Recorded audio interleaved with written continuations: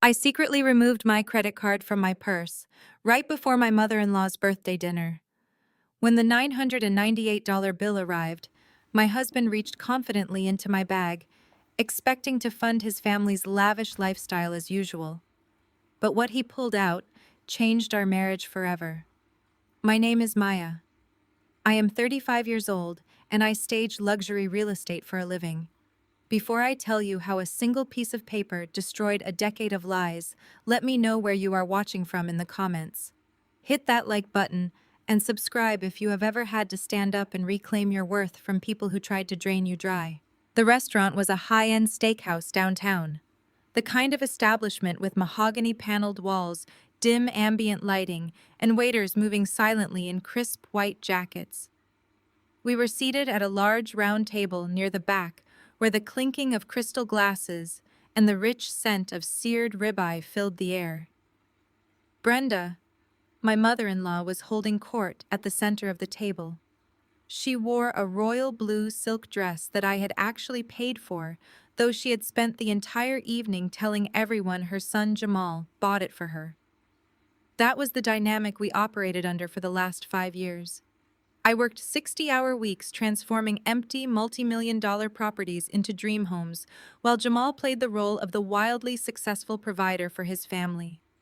He used my bank account to fund the illusion, and I allowed it because I believed in supporting my husband. The waiter approached our table carrying a thick black leather billfold. He hesitated for a moment, looking around the table before placing it right in the center. Brenda immediately picked up her silver fork and tapped it against her wine glass. The sharp ringing sound cut through the low hum of conversation. She cleared her throat loudly, ensuring the tables around us turned to look in our direction. "I want to make a toast," Brenda announced, her voice projecting across the dining room.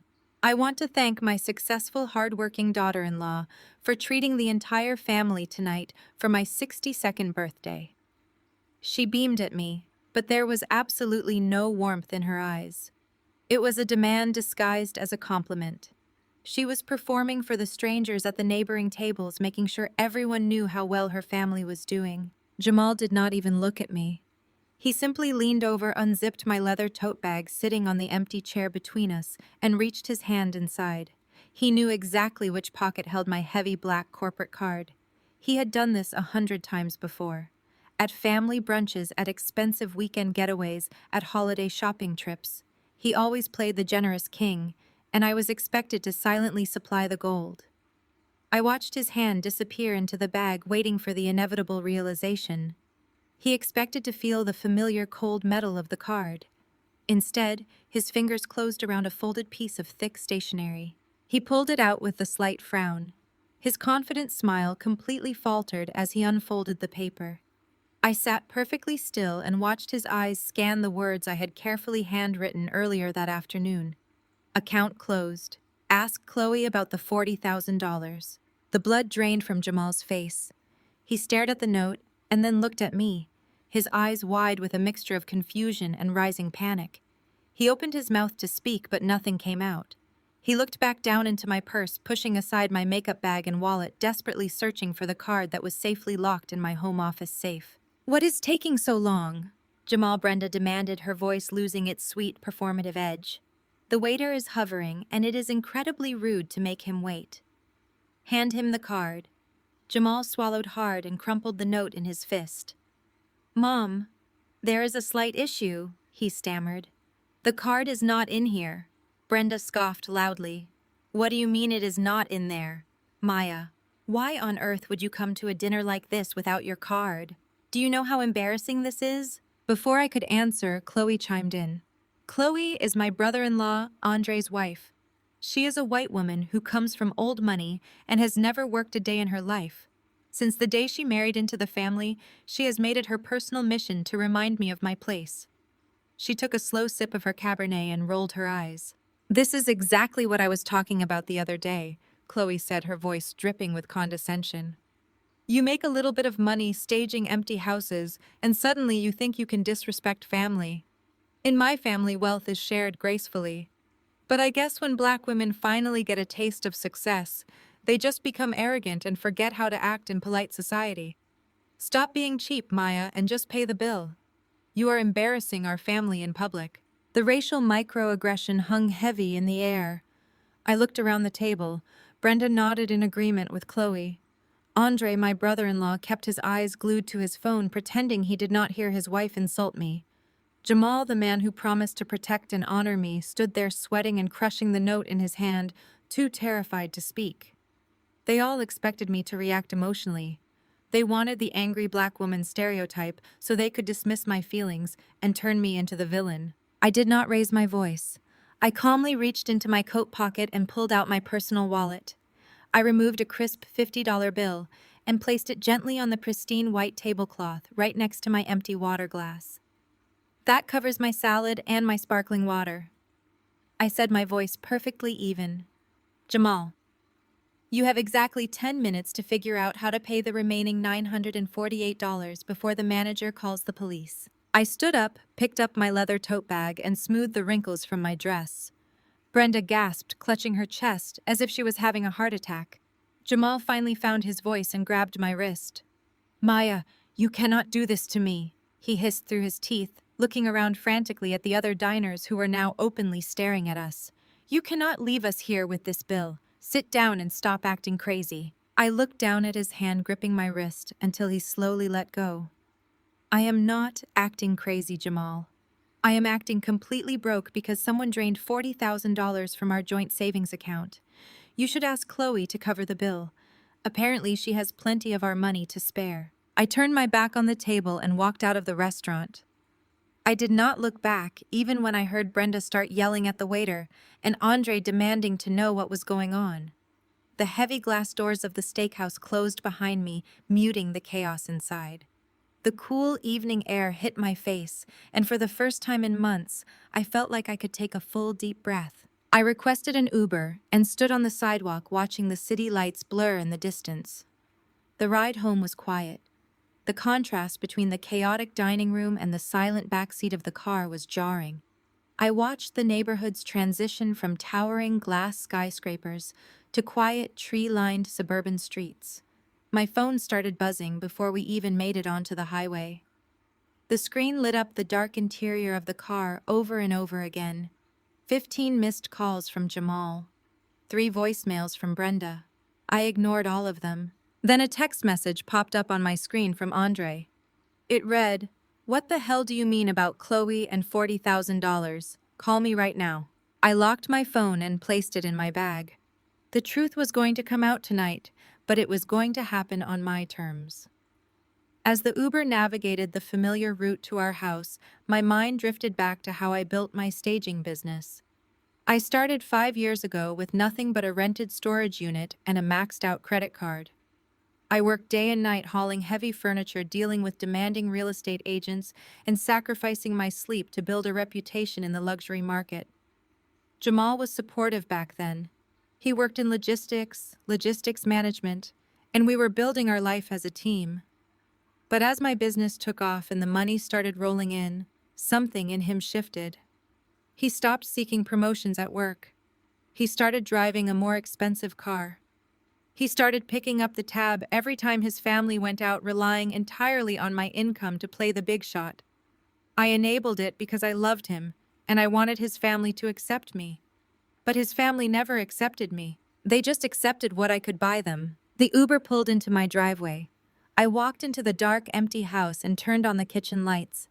I went straight to my home office and opened the locked drawer of my filing cabinet. I pulled out a thick stack of bank statements I had printed and highlighted earlier that week. I carried them into the kitchen and spread them out across the marble island. I made myself a cup of chamomile tea and sat on a bar stool waiting for the storm to arrive. It took exactly 45 minutes for the front door to slam open. The sound of Jamal's heavy footsteps echoed through the hallway. He threw his keys violently against the console table and stormed into the kitchen. His tie was loosened, his jacket was rumpled, and his face was twisted in absolute rage. "Are you out of your mind?" he screamed, pointing a shaking finger at me. "Do you have any idea what you just did? I had to beg my brother to max out his only emergency credit card to cover that dinner. The waiter was threatening to call security. My mother was crying in the parking lot. You completely humiliated me, Maya. You humiliated my mother on her birthday. I took a slow sip of my tea. The heat of the ceramic mug warmed my hands. I did not humiliate you, Jamal. You humiliated yourself the moment you decided to treat your family to $1,000 dinner using an account you had already bled dry. What are you talking about? He yelled, throwing his hands in the air. I have not touched that account except to pay the household bills just like we agreed. You are acting paranoid and vindictive. You ruined everything tonight because you are jealous of how close my family is. I did not argue with him. I never argue with liars. I simply slid the thick stack of highlighted bank statements across the smooth marble island toward him. I told him to look at the bright yellow lines. I told him I audited our joint savings account last Tuesday after noticing a discrepancy in our quarterly tax preparation files. 14 unauthorized transfers, Jamal. I said, my voice dropping to a dangerously quiet pitch. Over the last 6 months, you initiated 14 separate wire transfers from our joint savings to a corporate shell LLC. 5,000 here, 3,000 there, 7,000 right before Christmas. It totals exactly $40,000. Jamal stared at the statements. The anger immediately drained from his face, replaced by a pale, sickly-looking panic. He opened his mouth, but the loud, confident man from the restaurant was completely gone. He swallowed hard, his eyes darting from the papers to my face and back again. I can explain, Maya. He stammered, his voice suddenly high and tight. It is not what it looks like. I swear to you, it is an investment. Mom came to me a few months ago about a new church initiative. They were trying to secure a community outreach building, and they needed anonymous backing to secure the commercial lease. It was a tax-deductible investment, Maya. I was going to tell you once the returns started coming in. I just wanted to do something good for the community and surprise you with the profit. He looked at me with wide, pleading eyes, hoping his fake sincerity would work, hoping that throwing his mother's church into the mix would make me back down. I smiled. It was a cold, empty smile. I reached into the pocket of my cardigan and pulled out one final piece of paper. It was a document I had paid a private investigator to pull from the state business registry. I dropped the state registration paperwork directly on top of his bank statements. That is a fascinating story, Jamal, I said softly. It really is. But there is just one tiny problem with your community outreach investment. I tracked the registration for that Shell LLC you sent all my money to. The sole proprietor is not your mother. It is not the church. And it is certainly not a commercial real estate venture. Jamal looked down at the state registration document. His eyes locked onto the name printed in bold black ink. The sole proprietor is Chloe, I said, leaning forward across the island. So tell me, Jamal, why have you been funneling $40,000 of my hard-earned money directly into your brother's wife's secret bank account? Jamal did not answer my question about the $40,000. He stood frozen in the center of our kitchen, staring at the state registration document like it was a death warrant. His mouth opened and closed, but the slick excuses he always relied on completely vanished. He could not explain why I had found his brother's white wife listed as the sole proprietor of the shell company. He could not explain why my hard-earned money had been funneled directly into Chloe's secret bank account. Instead of confessing, he chose the coward's way out. He knocked the bank statements off the marble island, told me I was a paranoid and toxic woman, and stormed out of the room. He spent the next 3 days sleeping on the sofa in the basement, refusing to look me in the eye. I did not chase him. I did not cry. I let the silence stretch through our house because I knew the game was entirely in my hands now. I just needed him to make his next move.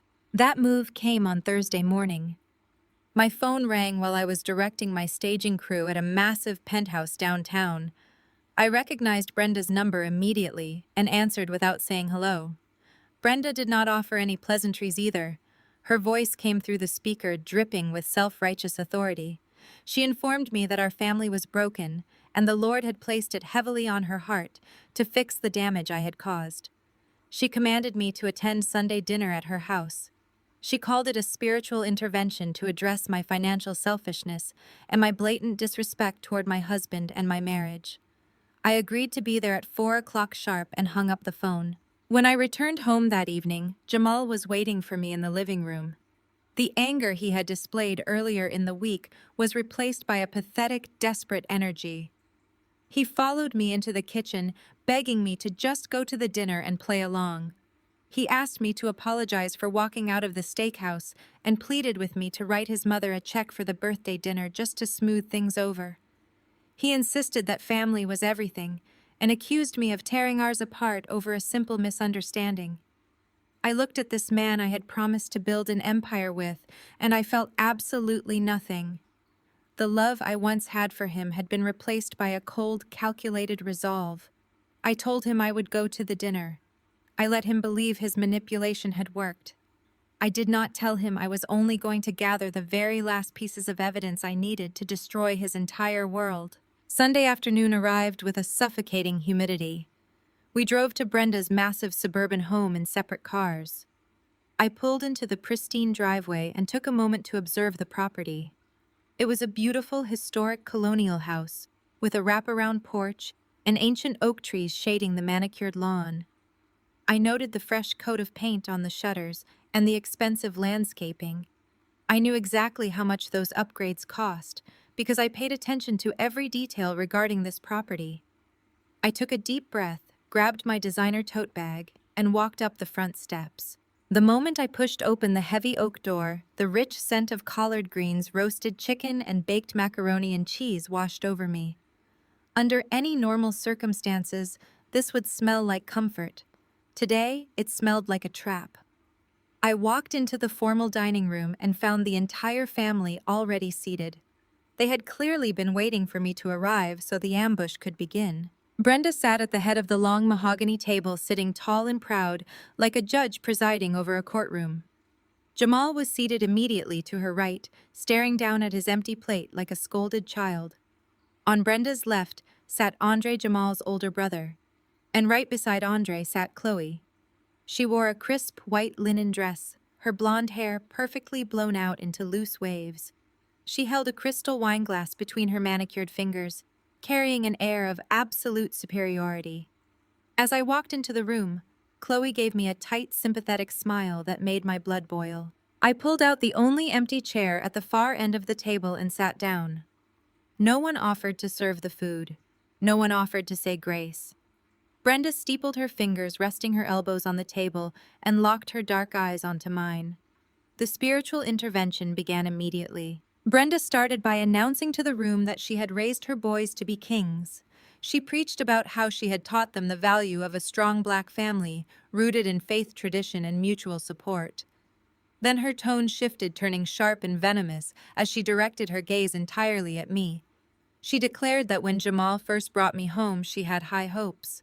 She claimed she thought I was a strong Black woman who would uplift her son and honor their family name.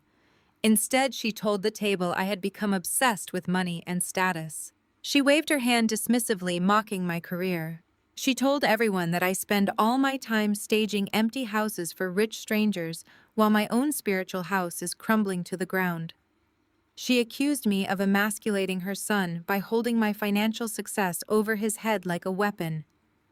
She proclaimed that abandoning them at the restaurant on her birthday was an act of pure evil and a disgrace to the way we were supposed to support each other. A true wife, she said, supports her husband's family without counting pennies and without questioning his leadership. I sat perfectly still, listening to every word. I did not interrupt her sermon. I did not defend my career or my character. I simply watched them. I watched Jamal, who cowered in his seat and refused to look in my direction. I watched Andre, who nodded solemnly along with his mother's words, completely oblivious to the betrayal happening right under his own roof. I let Brenda dig the hole as deep as she possibly could. When Brenda finally paused to catch her breath, Chloe decided it was her turn to take the stage. She set her crystal wine glass down on the table with a delicate sound. She leaned forward, resting her chin on her hand, her blue eyes wide with the perfectly rehearsed look of fake sincerity. Chloe started by telling me that she understood I did not grow up with much. She used her softest, most condescending voice to say she knew my background was a struggle, and she genuinely pitied me for the trauma that poverty must have caused me. She claimed she could see how growing up without resources made me overly protective of my bank accounts now. But then her voice hardened, losing the fake sympathy and revealing the arrogance underneath. She looked around the table, ensuring everyone was hanging onto her every word. She claimed that in her culture and in her family, wealth is something you share gracefully. She stated that when you come from old money, you do not throw temper tantrums over a simple dinner bill. You do not nickel and dime the people you are supposed to love and protect. She crossed her arms, leaning back in her chair, and looked down her nose at me from across the mahogany table. She sighed heavily, announcing that it was a real shame I had managed to make a little bit of money, but clearly lacked any generational class. I did not flinch. I did not raise my voice or give them the angry, bitter reaction they were so desperately waiting for. I sat at the far end of that long, polished mahogany table and looked directly into Chloe's perfectly made-up face. I let her words hang in the air for a long moment. I let the sheer audacity of her statement echo off the walls of Brenda's immaculate dining room. Generational class. That was the phrase she chose to use against me. I looked at her expensive white linen dress and the sparkling diamond tennis bracelet resting on her delicate wrist. I knew exactly what she was trying to do. She was trying to put me in my place. She was trying to remind me that no matter how much money I made staging luxury penthouses, I would always be an outsider in her eyes. An outsider who lacked the refined grace of her supposed old money upbringing. I folded my hands neatly on my lap, keeping my posture completely relaxed. I asked Chloe if generational class was something you could buy at a luxury dealership, or if it was something you just leased month to month. Chloe frowned, her manicured fingers tightening around the stem of her wine glass. Brenda opened her mouth to reprimand me for my tone, but I cut her off completely. I kept my eyes locked on my sister-in-law. I told the entire table that I was fascinated by the concept of sharing wealth gracefully. I said I was especially fascinated by how gracefully Chloe managed to share my wealth. I asked her point blank why a woman with such profound generational class needed my husband to secretly pay the lease on her white Range Rover for the last 6 months. I made sure to pronounce every single word clearly. I listed the exact model of the car she drove. I mentioned the custom ivory leather interior and the upgraded surround sound system. I told the table the exact monthly payment down to the very last cent. $1,642.50. I asked Chloe why that exact amount left my joint savings account on the second day of every single month and landed safely in a corporate shell account registered in her legal name. I asked her if relying on her black brother-in-law to secretly fund her luxury lifestyle was a proud tradition in her old money family, or if it was just a new personal hobby she picked up recently. The dining room went completely dead silent. It was the kind of heavy, suffocating silence where you could hear the ice melting inside the crystal water glasses. Brenda froze with her silver fork halfway to her mouth, her eyes darting back and forth between me and Chloe. Jamal turned the color of ash. He stared down at his untouched plate of food, looking like he wanted the hardwood floor to open up and swallow him whole. He started taking short, shallow breaths, his hands gripping the edge of the table so hard his knuckles turned white. But the most significant reaction came from Andre. Andre sat right next to his wife, staring at me with a look of utter, absolute confusion. He slowly put his cloth napkin down on the table. The confusion on his face rapidly twisted into dark, defensive anger. He leaned forward, putting his body slightly between Chloe and me like a physical shield. He looked at me as if I had just lost my mind. Andre told me to shut my mouth. He told me to stop sitting at his mother's dining table telling vicious, pathetic lies just because I was bitter about a restaurant bill from the night before. He looked over at Jamal and aggressively demanded that Jamal control his wife. He insisted that I was completely delusional and just trying to stir up drama where there was none. He told the entire room that Chloe drove that Range Rover because her family trust fund paid for it. He proudly stated that Chloe's wealthy grandmother had set up an irrevocable trust for her when she was born, and that specific trust funded her luxury car, her expensive clothes, and her entire lifestyle. He looked back at me with pure, unadulterated disgust. He told me I was sick with jealousy because I had to work 60 hours a week hauling furniture around the city while his wife had real generational wealth to fall back on. He said I was trying to drag his marriage through the mud just to deflect from my own failing relationship and my own financial selfishness. He warned me that if I said one more disrespectful word about his wife, he would force me out of the house himself. Chloe seized the moment immediately. She let out a small, breathy gasp and pressed her hand flat against her chest. She looked at Andre with wide, innocent eyes, playing the victim flawlessly. She whispered that she could not believe I would sink so low just to hurt her. She told Andre that I was obviously having a severe mental breakdown from the stress of my staging business, and that they should all just pity me instead of getting angry. Brenda immediately jumped to Chloe's defense, eager to protect the daughter-in-law she actually adored. Brenda slammed her hand flat against the table, making the silverware rattle violently. She demanded that I apologize to Chloe right that second. She yelled that I was a vile, spiteful woman who was trying to destroy her son's marriages with baseless accusations. Jamal finally spoke up, but his voice was weak and trembling. He begged me to just stop talking. He pleaded with me to leave Chloe out of this and just focus on our own issues. But I was not there to negotiate with liars. I did not blink at Andre's anger, or Brenda's shouting, or Jamal's pathetic begging. I kept my posture perfectly straight and my expression entirely blank. I slowly unzipped my large designer tote bag, sitting on the floor beside my chair. The metallic sound of the zipper was unnaturally loud in the tense room. I reached inside and pulled out a crisp, white sheet of paper. It was a brightly printed screenshot taken directly from my bank portal. It showed the exact sequence of wire transfers. It clearly highlighted the routing numbers, the specific dates, and the recipient name flawlessly matching Chloe's hidden shell company. I did not say another word to any of them. I simply placed the piece of paper flat on the polished mahogany wood. I placed my fingertips on the very edge of the sheet and pushed it firmly across the length of the dining room table. It glided smoothly over the surface, sliding past Brenda's roasted chicken, sliding past Jamal's trembling hands, and it stopped directly in front of Andre's plate. I sat back in my chair, crossed my arms, and watched Andre slowly pick up the paper to read the absolute truth about his wife. Andre stared down at the crisp white sheet of paper resting perfectly flat on the polished mahogany. His eyes tracked the bright yellow highlighted lines, tracing the dates, the exact dollar amounts, and finally landing on the bold, undeniable print of his wife's legal name attached to the receiving account.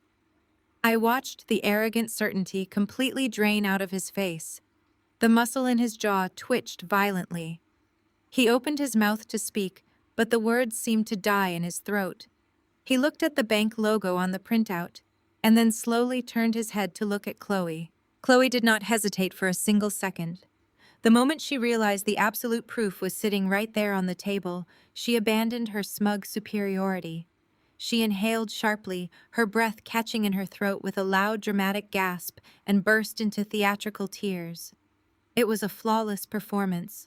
She buried her face in her hands, her shoulders shaking violently, as if the weight of the world had just crushed her fragile spirit. "I am so sorry, Andre," she sobbed, her voice muffled behind her manicured fingers. "It is not what it looks like, I swear to you. I was drowning. I was in so much secret debt, and I was terrified to tell you." She dropped her hands, revealing red-rimmed eyes, looking up at her husband with practiced vulnerability. She spun a frantic story claiming her family trust fund had been severely restricted, and she had made terrible financial investments she could not cover. She said she was terrified Andre would leave her if he knew she was a financial failure, and that her old money image was falling apart. She cried that she went to Jamal in a moment of pure desperation because he was so good with finances. She claimed Jamal was only helping her hide the mounting debt from Andre to protect their marriage from crumbling under the stress. Jamal grabbed onto this pathetic lifeline like a drowning man pulling himself onto a raft. He stepped forward, his voice cracking as he vigorously nodded his head. "Yes, man, that is exactly what happened," Jamal insisted, throwing his hands up in a gesture of absolute innocence. Chloe came to me crying, and I could not just let her suffer alone. I am your brother, Andre. I was trying to protect your peace. I knew if you found out about the massive debt, it would ruin your marriage and destroy your trust in her. I was just lending her the money until her family trust fund freed up again. I was trying to be the bigger man and handle family business quietly without making a scene. The sheer absurdity of two grown adults claiming that secretly funneling $40,000 of my hard-earned money was a noble act of marital protection should have been laughable. But Brenda did not laugh. She did not question the logic. She did not ask why her precious son was stealing from his own wife to fund his sister-in-law's luxury car lease. Instead, Brenda sprang into immediate action. She rushed around the large dining table and threw her arms around Chloe, pressing the weeping woman against her chest. Brenda glared at me over Chloe's shoulder, her dark eyes burning with a deep, venomous hatred. "Look at what you have done!" Brenda screamed at me, her voice echoing harshly off the high ceilings. "You are a monster, Maya, a cold, vindictive monster." She stroked Chloe's blonde hair, comforting the woman who had just been exposed for taking tens of thousands of dollars. Brenda unleashed years of suppressed resentment directly at me. She called me a bitter, miserable workaholic who cared more about bank statements than human beings. She yelled that I was desperately trying to destroy her sons' beautiful marriages over a few worthless pennies just because I was unhappy in my own life.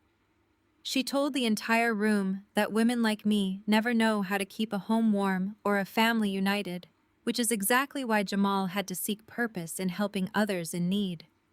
She praised Jamal for being a strong protector and condemned me for being a jealous, spiteful burden who only cared about keeping score. Jamal, emboldened by his mother's aggressive defense, puffed out his chest. He marched around the table and stopped directly in front of me. He demanded that I apologize to Chloe right now for violating her privacy and apologize to his mother for ruining their sacred Sunday dinner with my toxic behavior. I did not move. I stayed seated in my chair and stared up at him, taking in the sweat on his forehead and the desperate fear hiding behind his angry eyes. When I remained completely silent, Jamal lost his temper. He reached out and grabbed my upper arm. His grip was painfully tight, his fingers digging sharply into my skin. He yanked me forward, trying to physically force me out of my chair and push me toward the front door. He leaned into my face, his breath hot against my cheek, telling me I was leaving right now, and I was going to learn some respect before I ever stepped foot in his family's house again. I did not scream. I did not struggle. I simply planted my feet firmly on the hardwood floor and violently yanked my arm out of his grasp. The sudden force broke his hold and sent him stumbling backward a half step. I smoothed the fabric of my coat and looked him dead in the eyes, delivering a calm, freezing warning that he was never to put his hands on me again. I picked up my designer tote bag from the floor and walked out of the dining room with my head held high. Brenda was still shouting vicious insults at my back, while Chloe continued her dramatic sobbing, but the sounds faded as I pulled open the heavy front door and stepped out into the humid suburban afternoon. I walked down the long paved driveway with deliberate, steady steps. The adrenaline of the confrontation was slowly draining from my system, replaced by a sharp, chilling clarity. I unlocked my car, climbed into the driver's seat, and shut the heavy door, blocking out the world outside. I put my key in the ignition, but before I could turn it, my phone chimed from the depths of my tote bag. It was a sharp, distinct alert indicating an incoming text. I pulled the phone out and looked at the screen. It was an anonymous message from an unsaved number. There was no greeting and no explanation, just a single high-resolution photograph attached. I tapped the screen to open the image, and my heart stopped beating for one long, agonizing second.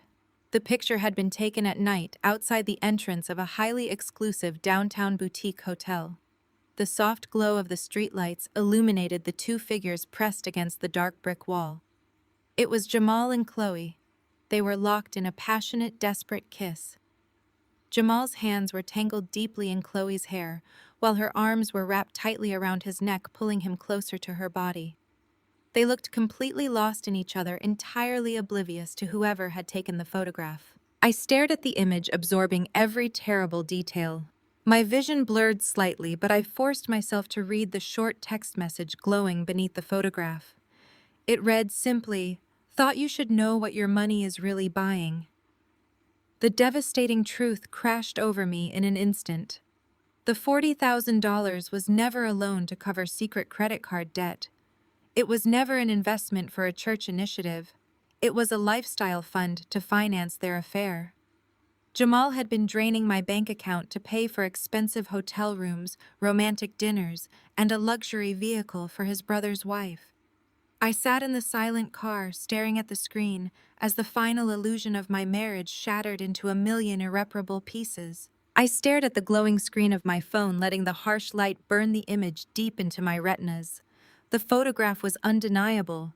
It was not a trick of the light or a friendly embrace misinterpreted by a passing stranger. The setting was the back entrance of the Emerson, a notoriously discreet and ridiculously expensive boutique hotel downtown. The soft amber glow of the gas lanterns framing the doorway illuminated their faces perfectly. Jamal had both of his hands tangled deeply in Chloe's blonde waves, pulling her face up to his. Chloe had her arms wrapped tight around his neck, her body pressed flush against his chest in a way that screamed of practiced familiarity. They were kissing with a desperate, hungry passion that sickened me to my very core. I zoomed in on the image, examining the timestamp in the corner. It was taken just 3 weeks ago on a Tuesday night. The exact same Tuesday night Jamal had called me from his office, claiming he was buried under a mountain of urgent paperwork and would have to sleep on the leather sofa in his suite. I did not drop the phone. I did not scream into the steering wheel or bang my fists against the dashboard. I did not shed a single tear. The crushing grief that had been suffocating me just moments before instantly transmuted into something entirely different. It solidified into a cold, hard, calculated rage. Suddenly, every confusing moment from the past 2 years snapped together with terrifying clarity. The puzzle pieces locked into place, forming a grotesque picture of absolute betrayal. I thought about Jamal's sudden, frequent need to work late into the night. I thought about the unexplained weekends he spent traveling for supposed conferences that never seemed to yield any actual business results. Then my mind shifted to Chloe. I pictured her sitting across from me at Brenda's mahogany dining table Sunday after Sunday. I remembered the constant condescending smirks she flashed in my direction whenever I spoke about my business. I recalled the way she would subtly brush her hand against Jamal's arm when passing the wine, or the secret knowing glances they would exchange when they thought nobody else was paying attention. She had been sitting there wrapped in her fake old money superiority, judging me for lacking generational class while actively sleeping with my husband. And Brenda's unwavering, vicious favoritism suddenly made a twisted kind of sense. She adored Chloe. She protected Chloe at every turn while constantly belittling me and trying to put me in my place. Brenda had created the perfect environment for this sickness to thrive. The $40,000 was not a loan. It was never about saving Chloe from some secret mounting debt to protect her marriage with Andre. That was a pathetic lie manufactured on the spot to cover their tracks. The money I had earned sweating over floor plans and directing moving crews was a lifestyle fund for their affair. My money was paying for those luxury suites at the Emerson. My money was buying the expensive champagne they drank before climbing into bed together. My money was paying the lease on the pristine white Range Rover Chloe drove to meet my husband in secret. They had stolen my wealth to fund my ultimate humiliation. I locked my phone and dropped it into my designer tote bag. I gripped the leather steering wheel, feeling a strange, powerful calm wash over me. The game was no longer about a secret bank account. It was about destroying their entire existence. I put the car in drive and pulled out of Brenda's affluent neighborhood, making the long drive back to my own house. By the time I pulled into our driveway, the sun had set, casting long, dark shadows across the manicured lawn. I walked inside and immediately set the stage. I needed Jamal to believe he had won. I needed him to feel completely secure in his arrogance, so he would never see the execution coming. I took a hot shower, washing away the scent of Brenda's suffocating dining room, and changed into a pair of oversized sweatpants. I sat on the edge of our bed, turned off all the lights except for one dim bedside lamp, and waited. Jamal walked through the front door nearly 2 hours later. I heard his heavy footsteps marching up the wooden stairs. He threw open the bedroom door, bracing himself for a massive, explosive fight. His shoulders were tense, his jaw was locked, and his eyes were dark with defensive anger. He was fully prepared to scream at me, to gaslight me, and to defend his ridiculous lies about protecting Andre's marriage. He opened his mouth to start shouting, but I cut him off before he could utter a single syllable. I slumped my shoulders forward, staring down at my bare feet. I pitched my voice low, making it sound hollow and entirely exhausted. I told him that I was just too tired to fight with him anymore. I sighed heavily, letting a calculated tremor enter my voice. I looked up at him with defeated eyes and apologized. I told him that the stress of managing my staging business was clearly getting to my head and making me paranoid. I said I was sorry for causing a scene at his mother's house and for disrespecting Chloe in front of the entire family. I told him he was right and that I needed to be a better, more supportive wife. I watched the transformation happen in real time. The defensive rage melted off Jamal's face, instantly replaced by a sickening, triumphant arrogance. His chest puffed out, his posture relaxed, and a smug, self-satisfied smile crept onto his lips. He genuinely believed his aggressive bullying had successfully forced me into submission. He walked over to the bed, standing over me like a victorious king. He placed a heavy hand on my shoulder, patting me condescendingly. He lectured me for another 10 minutes about the importance of family loyalty and trusting his financial leadership. I nodded meekly, swallowing the burning bile in my throat.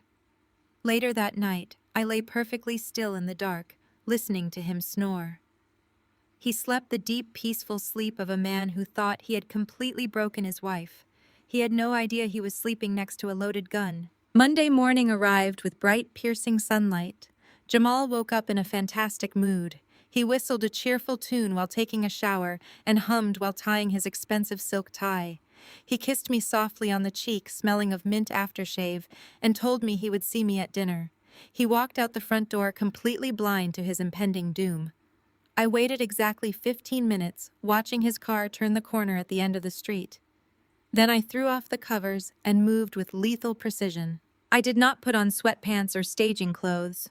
I dressed in a razor-sharp tailored charcoal suit, slipped my feet into black stilettos, and pulled my hair back into a severe, flawless bun.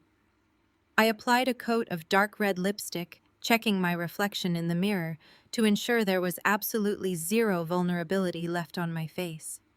I grabbed my leather briefcase containing the printed bank statements, the wire transfer logs, and the photograph of the kiss. I walked out of the house, locked the door, and climbed into my car. I did not drive to my massive staging warehouse. I bypassed my staging crews, my delivery trucks, and my morning client meetings entirely. Instead, I merged onto the highway and drove straight into the heart of the downtown financial district. I navigated the busy streets and pulled into the private underground parking garage of a towering glass skyscraper. This building housed the offices of Vance and Sterling, the most ruthless, aggressive, and ridiculously expensive family law firm in the state. I was not just going there to file for a simple divorce. I had a massive real estate secret of my own. For the past 5 years, while Jamal thought I was just decorating empty rooms with fancy throw pillows, I had been quietly taking a percentage of my profits and purchasing distressed commercial properties under a completely blind LLC. I had renovated them, leased them out, and built a quiet multi-million-dollar real estate portfolio that was entirely insulated from Jamal's name and completely hidden from his greedy fingers. It was the ultimate safety net. Now, as I stepped into the polished silver elevator and pressed the button for the penthouse floor, I knew it was time to cash it all in. I was going to freeze his life, burn his world to the ground, and leave him and his precious old money mistress with absolutely nothing. The silver elevator doors slid silently open, revealing the immaculate penthouse lobby of Vance and Sterling. The receptionist immediately recognized me and buzzed me through the frosted glass doors without saying a word. I walked down the long corridor feeling the thick plush carpet absorbing the sharp clicks of my stilettos. I bypassed the junior partners and went straight to the corner office belonging to Marcus Vance. Marcus was a ruthless corporate attorney who did not care about feelings or family drama. He only cared about contracts, leverage, and absolute financial victory. That was exactly why I hired him 5 years ago when I started quietly building my real estate empire. Marcus was already sitting at his massive glass desk waiting for me. He took one look at my expression and immediately opened a thick manila folder resting in front of him. I sat down in the leather chair crossing my legs and instructed him to pull up the master file for Zenith Holdings. Zenith Holdings was my ultimate secret. It was a blind limited liability company I had established entirely under my own name, using the early profits from my staging business. Jamal knew absolutely nothing about it. He thought my business income barely covered my designer clothes and my luxury tote bags. He never bothered to look at my actual tax returns because his ego convinced him he was the only true financial genius in our marriage. He severely underestimated me.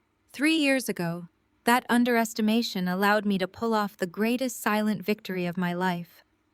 Brenda's immaculate historic colonial house, the exact same house where she sat at the head of the mahogany table and lectured me about generational wealth, was secretly slipping into foreclosure.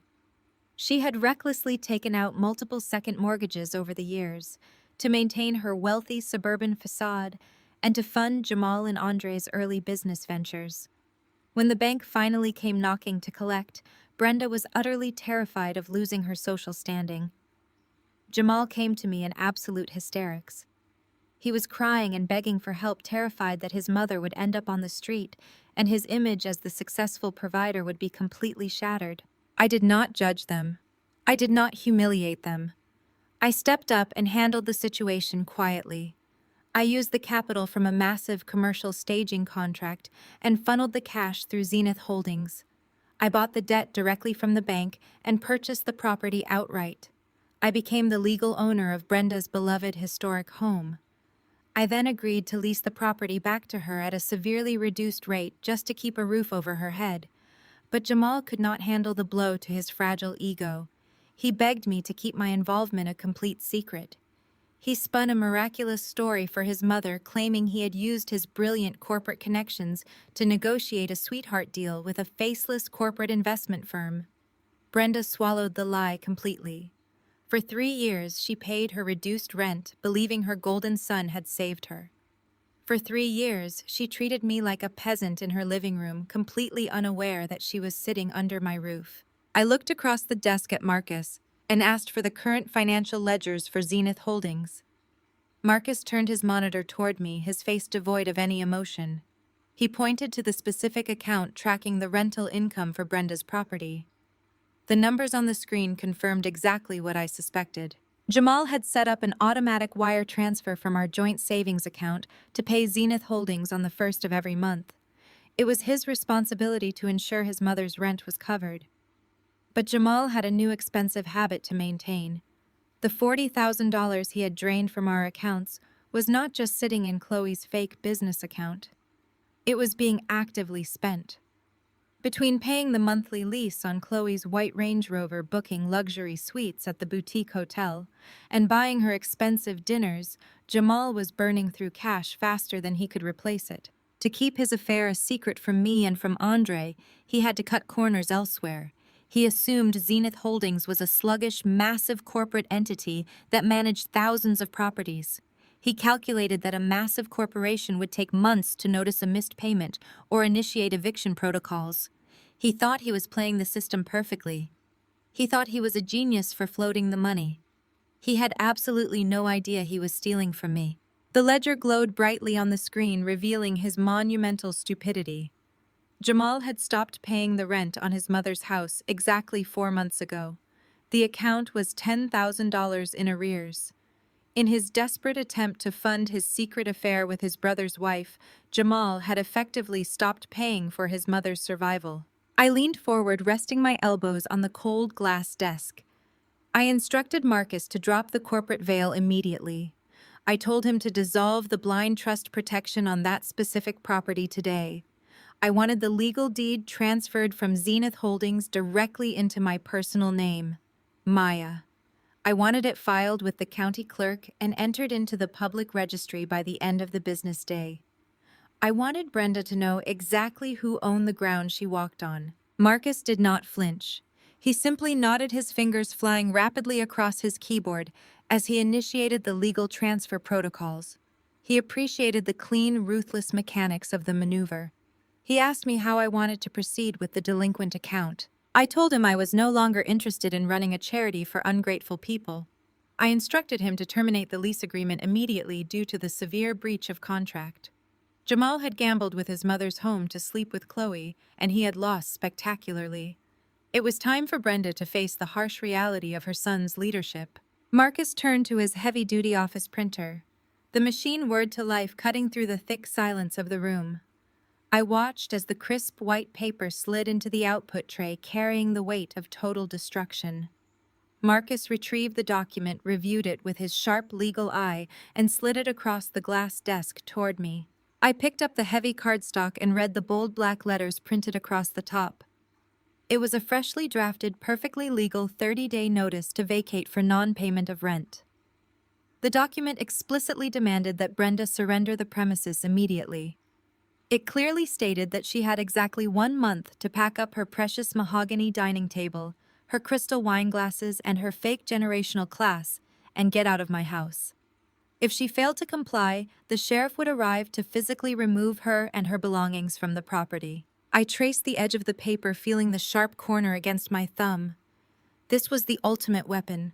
This single piece of paper was going to completely obliterate Brenda's pride, expose Jamal's horrific financial betrayal, and shatter the arrogant illusion they had all built together. I folded the eviction notice neatly, exactly in half. I unzipped my designer tote bag and slid the document inside, placing it right next to the photograph of Jamal and Chloe kissing outside the hotel. The evidence was secured and the trap was perfectly set. I thanked Marcus for his efficient work, stood up from the leather chair, and walked out of the office, ready to watch my husband's empire burn. I stared at the cheap grocery store carnations Jamal held out toward me, the plastic wrapping crinkling as he stepped into our kitchen. He looked exhausted, but underneath his fatigued exterior was the oily, desperate residue of a man trying to piece a shattered lie back together. He didn't wait for me to take the flowers. He set them down on the marble island right over the spot where the forged wire transfers had sat the night before, and immediately threw his hands up in a gesture of wounded innocence. He started pacing the floor, shaking his head, his voice cracking with a perfectly rehearsed mixture of hurt and disbelief. He asked me how I could do this to him, how I could stand in his mother's house and accuse him of something so vile in front of his entire family. He claimed my paranoia was actively driving a wedge into our marriage and tearing his family apart. He admitted with a heavy, dramatic sigh that yes, he had funneled the $40,000 into Chloe's shell company. But he swore on his mother's life that it was nothing more than a terrible, misguided financial judgment to save his brother's marriage. He leaned over the island, looking deep into my eyes, begging me to understand the pressure he was under. He claimed Chloe had come to him in tears months ago, drowning in private luxury debt, and that he had only hidden the payments from Andre so his brother's ego wouldn't be crushed by the financial ruin. He called it a family sacrifice, an error of judgment, born out of a good heart, not a betrayal. Then his tone shifted from defensive gaslighting to sheer, unadulterated desperation. He reached across the counter, his voice dropping to a harsh whisper. He told me his personal credit cards had been bounced twice that morning at a business lunch. He begged me to log into my business portal and reopen our joint account, immediately claiming the sudden freeze was ruining his professional reputation and leaving him completely paralyzed. I sat perfectly still, letting him weave his web of lies while the photograph of him kissing Chloe outside the Emerson burned in the back of my mind. I didn't pull out the picture. I didn't shout, and I didn't break the fragile illusion of his victory. Instead, I let my shoulders slump forward. I forced my eyes to well with fake, exhausted tears, and I let my face fall into an expression of absolute broken compliance. I looked up at him, making my voice sound small, hollow, and entirely defeated. I told him that I was just too drained to carry this heavy anger anymore. I sighed, letting him believe he had successfully bullied me into submission, and whispered that maybe the stress of scaling my staging business really was making me unstable and paranoid. I agreed to call the bank next week to lift the freeze and reopen an account for him. Then I played the ultimate con card. I looked at him with submissive eyes and agreed to attend the massive family cookout Brenda was hosting that upcoming weekend. I told him I wanted to make things right with his mother, apologize to Chloe properly, and prove to the entire family that I was ready to be a quiet, supportive wife who trusted her husband's leadership. I watched the sheer relief and smug triumph wash over his face in real time. The panic vanished from his eyes, replaced instantly by the familiar, arrogant smirk I had come to loathe. He walked around the island, standing over me like a conqueror, and patted the top of my head as if I were a pet that had finally learned to behave. He told me he was glad I was finally coming to my senses and realizing that family always came first. He genuinely believed he had successfully gaslit me into total submission, ensuring his lifestyle fund with Chloe would remain untouched and undiscovered. He spent the rest of the evening whistling around the house, entirely blind to the execution that was already in motion. Tuesday morning arrived with a crisp, freezing clarity. The second the garage door slammed closed and Jamal's car pulled out of the driveway to head to his corporate office, my feigned brokenness completely vanished.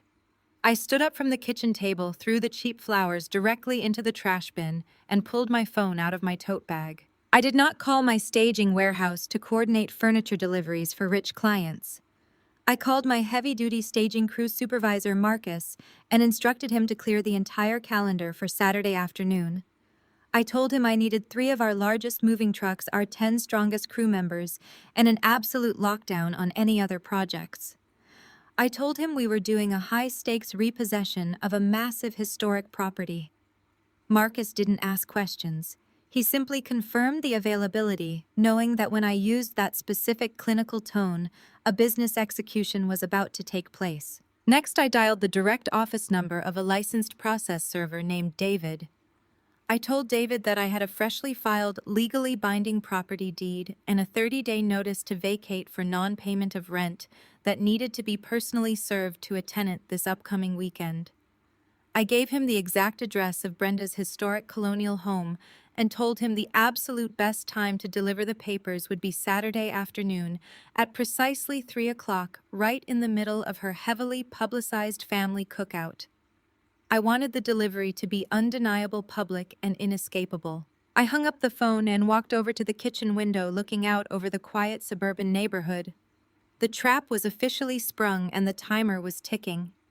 Brenda's massive family cookout was supposed to be a grand celebration of my submission, a public arena where they could humiliate me one last time while celebrating Chloe's refined grace and Jamal's brilliant leadership. They genuinely believed they were gathering at Brenda's estate, the historic property that represented their family legacy and social status. They had absolutely no idea that the entire event was being hosted on my stage. They did not know that Brenda was a delinquent tenant living under my roof, that Jamal's greed had effectively defaulted on her survival, and that I was about to use my real estate power to evict their pride once and for all. I grabbed my briefcase, stepped out of the house, and headed to my office to finalize the paperwork for the weekend destruction. Saturday afternoon arrived, wrapped in the suffocating humidity of a late summer day. The sky was a brilliant cloudless blue, casting a harsh and unforgiving light over the affluent suburban neighborhood. I parked my car 2 blocks away from the property, forced to navigate a sea of luxury SUVs, imported sedans, and polished sports cars that lined the manicured streets. Brenda had clearly spared absolutely no expense for this gathering. She had invited half the county to witness her reign as the matriarch of the family. As I walked up the wide paved driveway, the smell of smoked brisket and expensive cigars hit me instantly.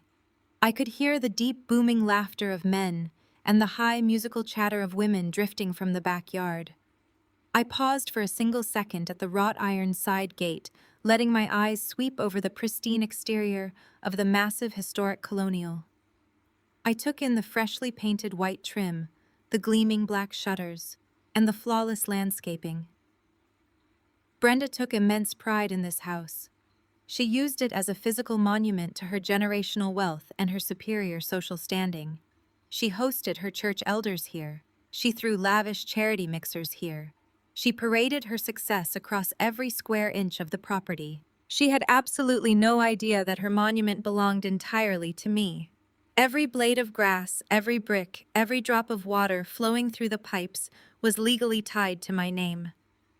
I took a slow, deep breath, smoothing the fabric of my simple linen dress, and pushed the heavy iron gate open. The backyard was a masterclass in performative suburban perfection.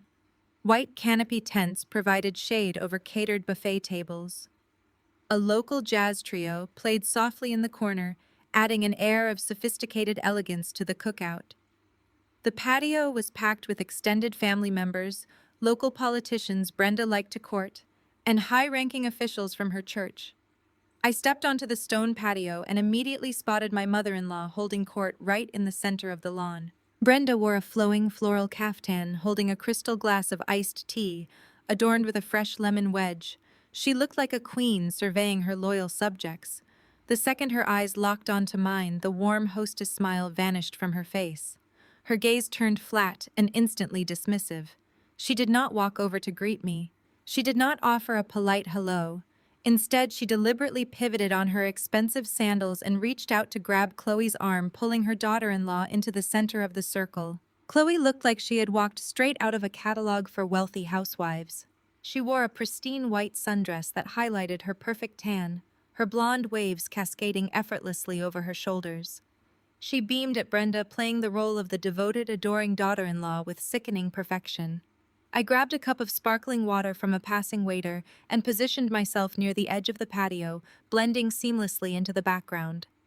I was playing the exact part Jamal had ordered me to play, the quiet, submissive, thoroughly humbled wife. Brenda raised her voice, making absolutely sure her words carried over the jazz music and reached the ears of the church elders standing nearby. She wrapped her arm around Chloe's waist and loudly proclaimed how incredibly blessed she was to have such a refined, elegant woman in the family. She patted Chloe's shoulder, declaring her to be the ultimate glue that held the brothers together, a true pillar of grace and loyalty. The hypocrisy was so thick it practically choked the air out of the yard. The church elders nodded in approving agreement, murmuring their praises for Chloe. Chloe soaked it all in, flashing a modest, demure smile while wrapping her arm around Brenda.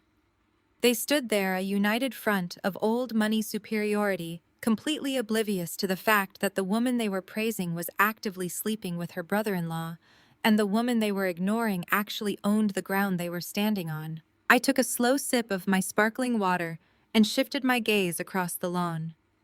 Jamal stood by the massive outdoor grill holding a pair of stainless steel tongs like a scepter. He was surrounded by his old fraternity brothers, laughing loudly and throwing his head back at a joke. He wore a crisp polo shirt and expensive sunglasses, radiating the arrogant confidence of a man who believed he had conquered his entire world. He caught my eye from across the yard. He did not smile warmly or wave. He simply gave me a slow, patronizing nod, acknowledging my quiet obedience. He thought he had completely crushed my spirit the night before.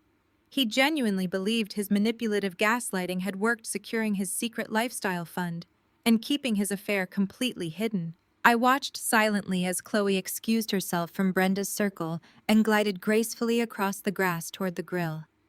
She carried a platter of seasoned vegetables, stopping right next to Jamal. The interaction was terrifyingly subtle to anyone who did not know the truth, but I knew exactly what to look for. I saw the way Jamal leaned in just a fraction of an inch closer than necessary. I saw the way Chloe's hand lingered on the edge of the platter, intentionally brushing against Jamal's fingers as she handed it over. They did not speak, but the silent communication between them was deafening. They exchanged a brief, heated glance, a look of shared complicity and filthy secrets. They were high on the thrill of hiding in plain sight. They were standing in the middle of a family gathering, surrounded by parents and church officials actively communicating their betrayal right under everyone's noses.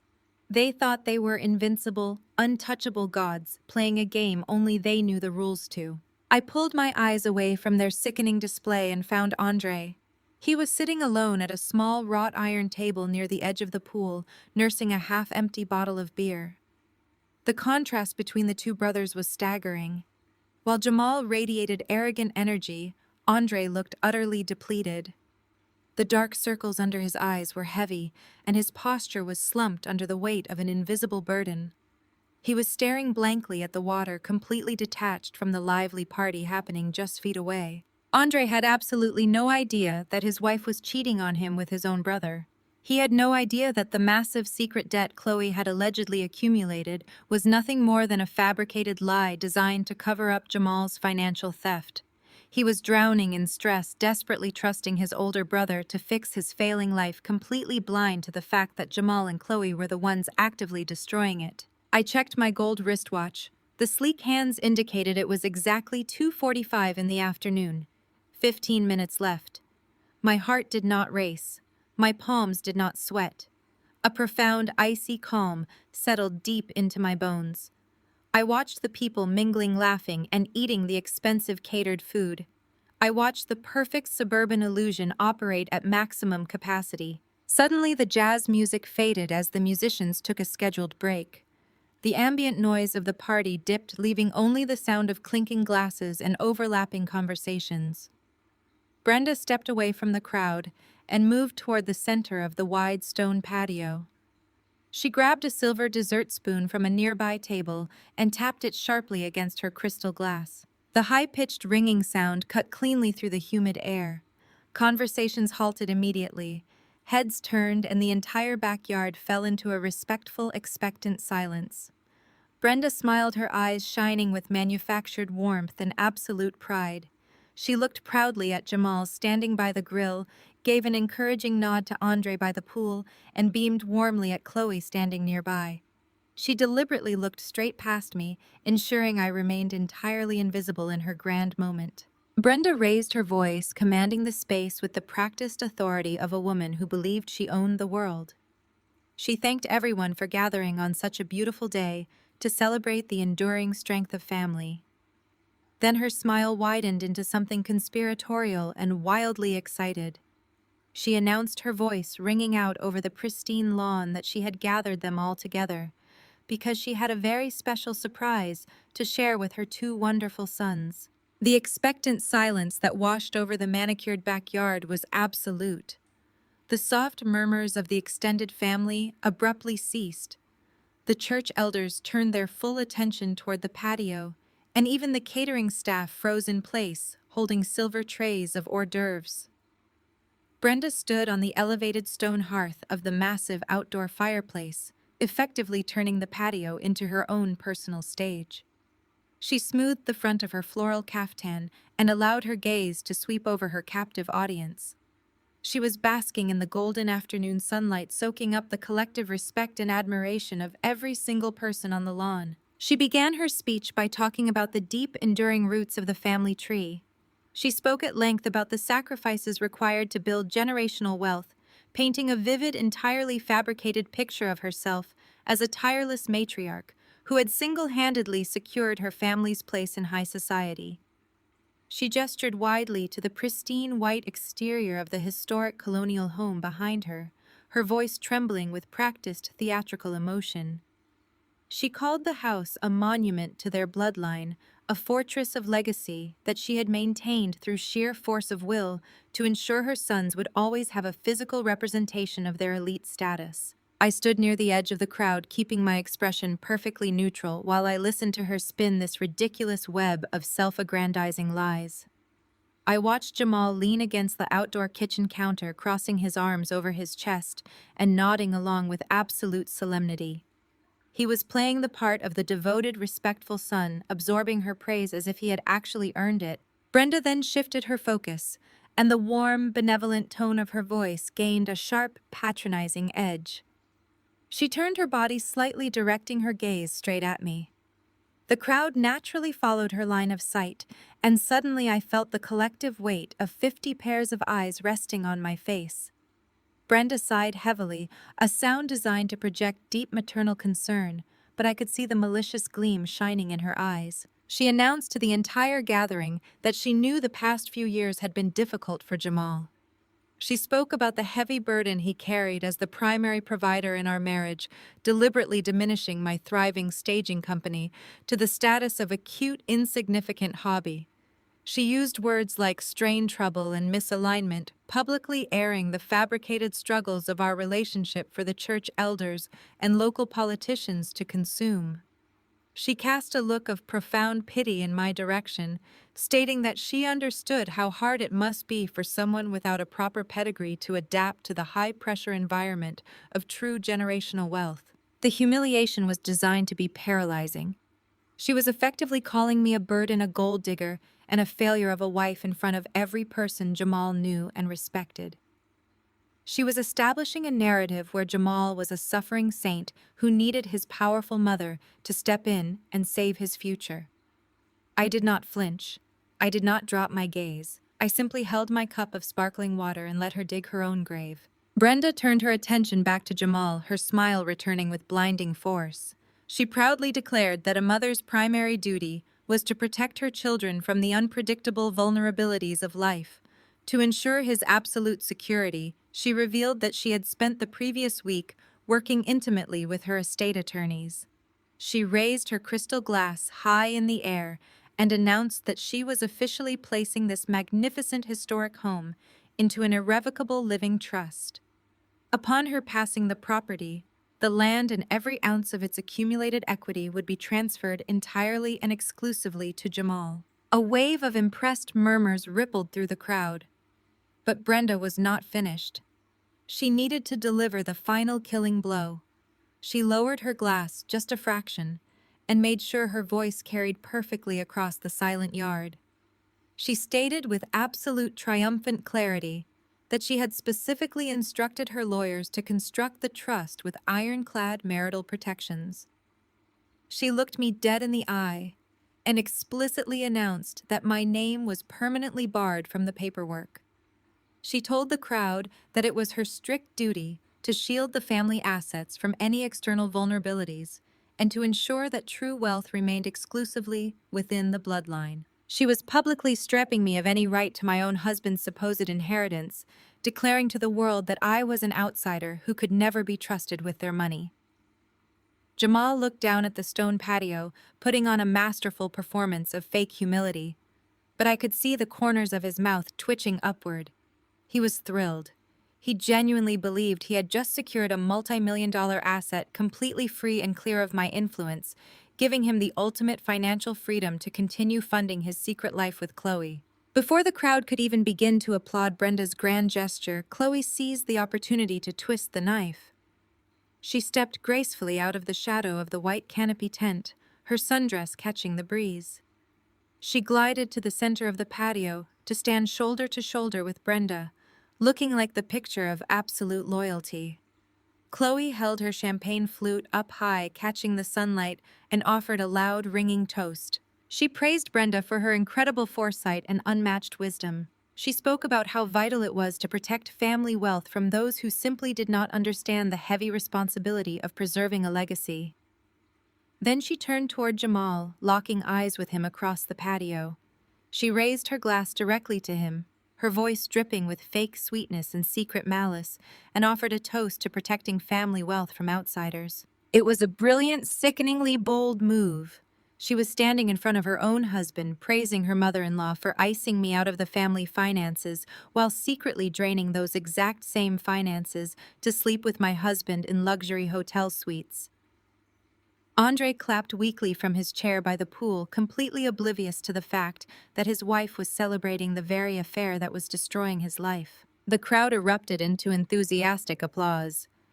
The church elders nodded in deep approval, clinking their glasses together. Jamal beamed, raising his own drink toward his mother, and his mistress celebrating their shared victory over my complete subjugation. They had won. They had successfully humiliated me, secured their wealth, and asserted their absolute dominance over my existence. I let the applause swell for exactly 5 seconds.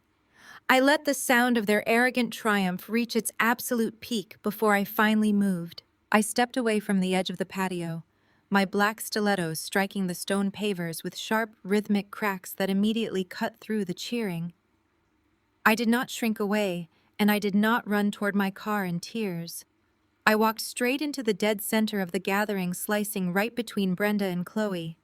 The sheer authority in my posture caused the applause to falter. The cheering died out in erratic, confused waves as 50 pairs of eyes locked onto my face. Jamal lowered his glass, his smug smile faltering slightly as he registered the cold, lethal calm radiating from my eyes. Brenda's triumphant expression morphed into a scowl of deep annoyance, clearly furious that I dared to interrupt her perfect moment of glory. Chloe took a small, uncertain step backward, sensing the sudden, dangerous shift in the atmosphere. I stopped walking. I reached into my structured leather tote bag and pulled out the thick, heavy manila envelope I had secured from Marcus's office just days prior. I held it up, the stark white label catching the afternoon light. I did not raise my voice, but I projected my words with enough icy precision to ensure they echoed off the pristine white walls of the historic colonial. You can't leave a house to Jamal that you don't own, Brenda. The silence that followed my words was not just quiet. It was a thick, suffocating vacuum that seemed to suck the oxygen straight out of the humid afternoon air.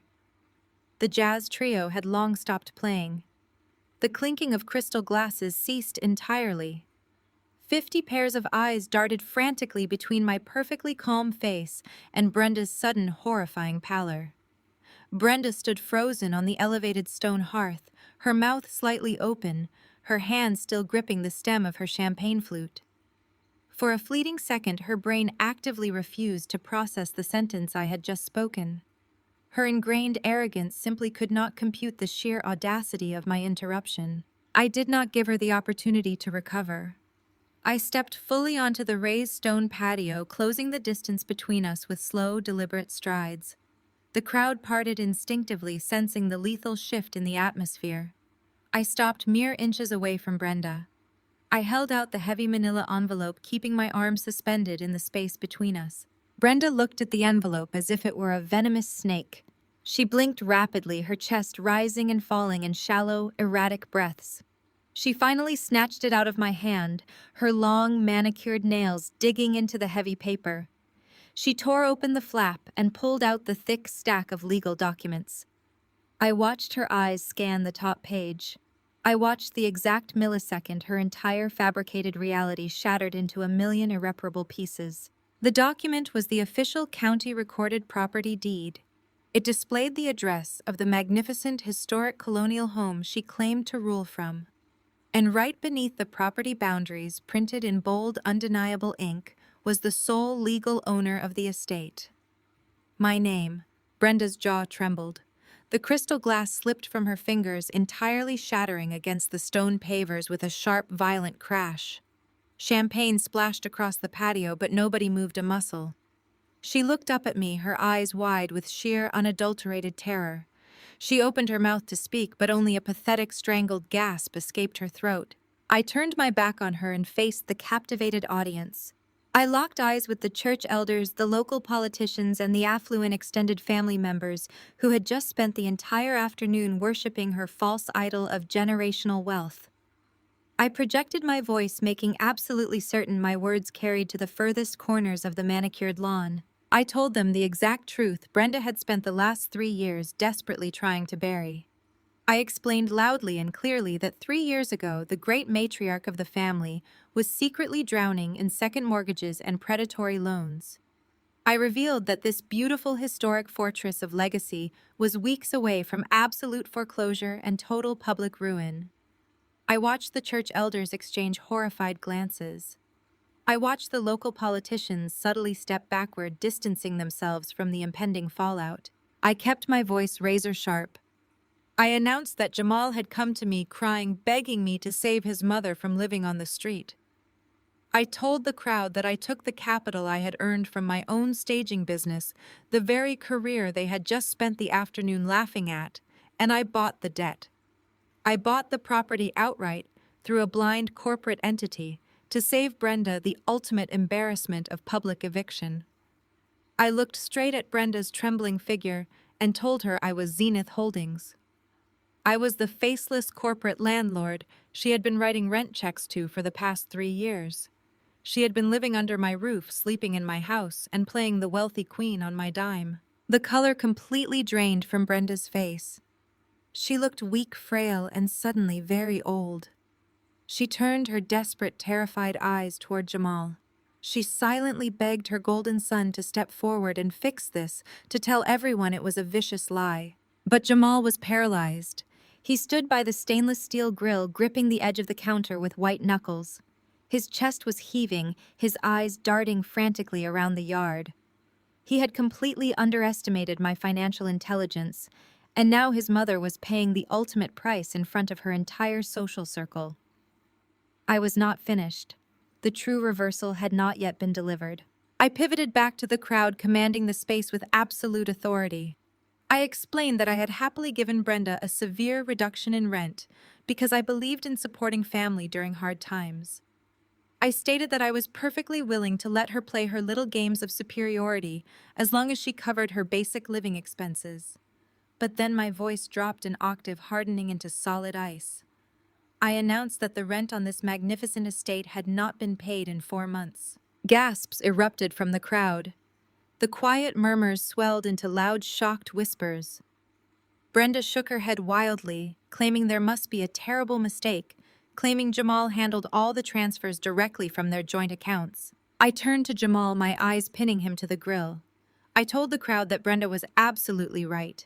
It was Jamal's responsibility. But Jamal had completely drained our joint accounts. He had stopped paying for his own mother's survival. I explained that he had defaulted on her rent because he needed the cash to fund his own selfish, extravagant lifestyle. He had gambled his mother's home to fuel his massive ego, and he had lost spectacularly. I reached back into my structured leather tote bag. I bypassed the second envelope and pulled out a single crisp piece of white cardstock. It was the legally binding 30-day notice to vacate for non-payment of rent. I walked over to the lavish catered buffet table situated just behind Brenda. The table was laden with expensive smoked meats, artisanal cheeses, and a massive crystal bowl filled to the brim with Brenda's famous potato salad. I held the eviction notice up high, letting the late afternoon sun catch the bold black lettering at the top. Then I let it drop. The heavy cardstock fluttered down and landed squarely in the dead center of the crystal bowl, sinking slightly into the creamy potato salad. The visual disrespect was absolute. It was the final nail in the coffin of her pristine suburban image. Brenda let out a wailing sob. Her knees gave out and she collapsed heavily into a wrought iron patio chair, burying her face in her hands. The wealthy, powerful matriarch was gone, completely replaced by a humiliated, delinquent tenant. The sound of his mother's crying finally snapped Jamal out of his paralyzed shock. His massive ego overrode his common sense. He lunged away from the grill, his face contorted with dark, furious rage. He marched across the patio, closing the distance between us in heavy, aggressive strides. He reached out and grabbed my upper arm, his fingers digging painfully into my skin. He leaned down, his breath hot against my ear, and unleashed a desperate, furious hiss. He demanded I stop talking immediately. He ordered me to get in the car and go home, attempting to use his physical size to intimidate me into silence. He told me I had done enough damage and that he would handle this mess. I looked down at his hand gripping my arm. I did not struggle. I did not raise my voice. I simply stared at his fingers with cold, dead eyes until the sheer freezing intensity of my gaze forced him to loosen his grip. I shook my arm free and took a deliberate step backward, asserting my total physical and psychological dominance. I looked him up and down, taking in his expensive polo shirt and his panicked, sweating face. I told him he had absolutely no power here. I reminded him that I owned the ground he was standing on, and I would dictate exactly how and when this event ended. I turned my back on my husband, completely dismissing his existence. I scanned the chaotic backyard.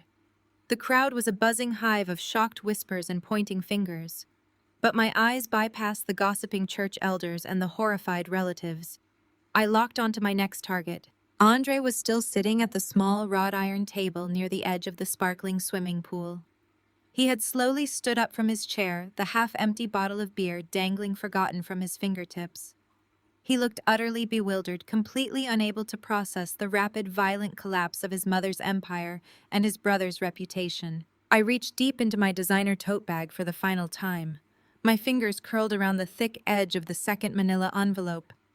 The envelope containing the printed bank statements, the wire transfer logs to the fake consulting firm, the lease documents for the pristine white Range Rover, and the crystal-clear photograph of Jamal and Chloe sharing their desperate, hungry kiss outside the boutique hotel. I pulled the envelope out and held it firmly at my side. I began walking directly toward the swimming pool. The crowd parted for me, immediately stepping back as if I were carrying a live explosive. Chloe realized exactly what was happening. Her face turned to absolute ash. The confident, smug mistress who had just toasted to protecting family wealth suddenly looked like a terrified, trapped animal. She scrambled forward, her expensive sundress catching on the edge of a patio table, desperately trying to intercept me before I could reach her husband. I did not even break my stride. I walked right past her, ignoring her frantic, pleading whispers.